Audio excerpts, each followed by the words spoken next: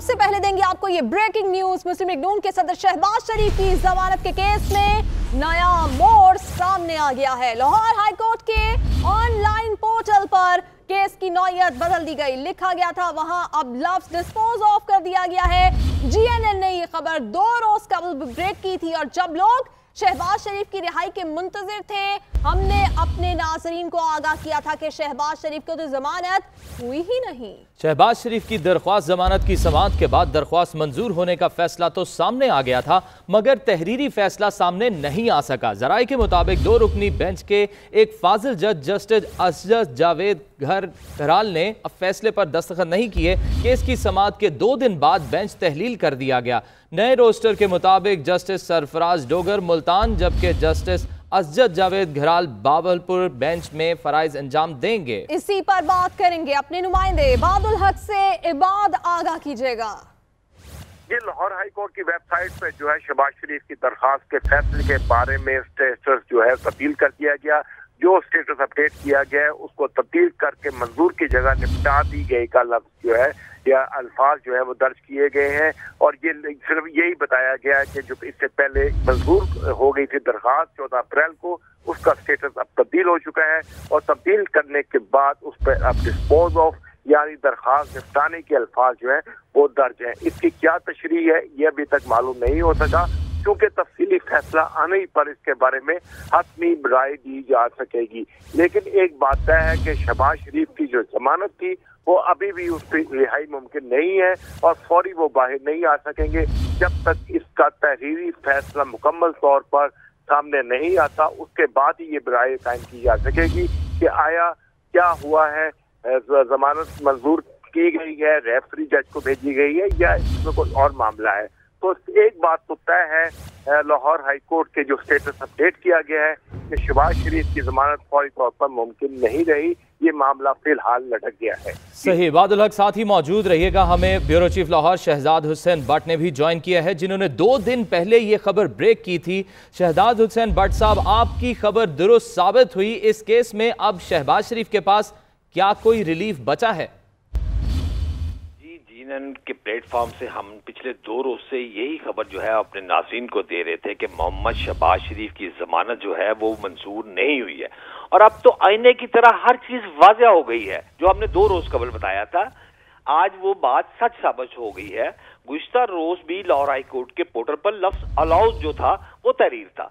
अब तो हर चीज जो है वो क्लियर हो गई जब डिस्पोज ऑफ का लफ्ज पोर्टल पर आ गया। डिस्पोज ऑफ का मतलब ये है कि केस को निपटा दी गई। जब शहबाज शरीफ की जमानत केस में हो ही नहीं सकती, क्योंकि इस केस में वाज़ेह तौर पर जब डिस्पोज ऑफ का लफ्ज आज आ गया सामने, तो इसके बाद तो कोई गुंजाइश ही नहीं रहती। मुस्लिम लीग नून के वोकला जो है वो 50-50 लाख रुपए के 2 मचलके लेकर जा रहे थे। अब तो उनको भी पता चल गया कि ये जो शॉर्ट फैसला है, इस फैसले के बाद ना तो मचलके जमा होंगे ना ही जमानत होगी। लिहाजा साबिक वज़ीर पंजाब और मुस्लिम लीग नून के सदर मोहम्मद शहबाज शरीफ वाज़ेह तौर पर फिलहाल जेल में ही रहेंगे और फौरी रिहाई मुमकिन ना है। शहजाद साहब, आप हमारे साथ ही रहिएगा। इसी मामले पर बात करने के लिए इस वक्त हमें ज्वाइन किया है साबिक अटॉर्नी जनरल और माहिर कानून इरफान कादिर साहब ने भी। इरफान कादिर साहब, बहुत शुक्रिया आपके वक्त का। ये बताएं, पहले हाँ फिर ना अलाउ लिखा गया, अब डिस्पोज ऑफ, इस केस का स्टेटस क्या है इस वक्त? ये बड़े अफसोस की बात है, इस तरह हुआ है क्योंकि नॉर्मली ये मामूल का तरीका नहीं है कि अगर एक ऑर्डर अनाउंस हो जाए और ये कह दिया जाए कि उनको जमानत मिल गई है तो फिर उस ऑर्डर को चेंज कर दिया जाए। तो ये बड़ी अनफॉर्चुनेट बात है और इससे मैं समझता हूँ कि अदलिया की जो साख है वो जरूर मुतासिर होगी अगर कि ऐसा हुआ है। ये कभी अदालतों में ऐसे नहीं हुआ पहले कि एक ऑर्डर अनाउंस हो जाए और उसके बाद उसमें तब्दीली पैदा की जाए। तो ये गैर मामूल की चीज़ है और इसको लोग यानी अच्छा तासुर इससे नहीं मिलता। अच्छा इरफान कादिर साहब, क्या पाकिस्तान की तारीख में ऐसी कोई मिसाल मौजूद है जिसमें 2 रुकनी बेंच के 2 जजेस के दरमियान किसी इख्तलाफ की वजह से केस बगैर नतीजे ही निपटा दिया गया हो? ये तो मुझे नहीं पता कि इनका जजेस का डाइसेंट किस चीज पे है, क्योंकि जब भी आप किसी को जमानत देते हैं तो उसमें 3-4 एस्पेक्ट्स जो हैं देखे जाते हैं। सबसे पहला एस्पेक्ट तो ये देखा जाता है कि मेरिट्स पे उसके खिलाफ जो केस है उसमें कितनी सच्चाई है, कितनी हकीकत है। और अगर सच्चाई और हकीकत सामने ना नजर आए तो फिर जमानत जो है दे दी जाती है।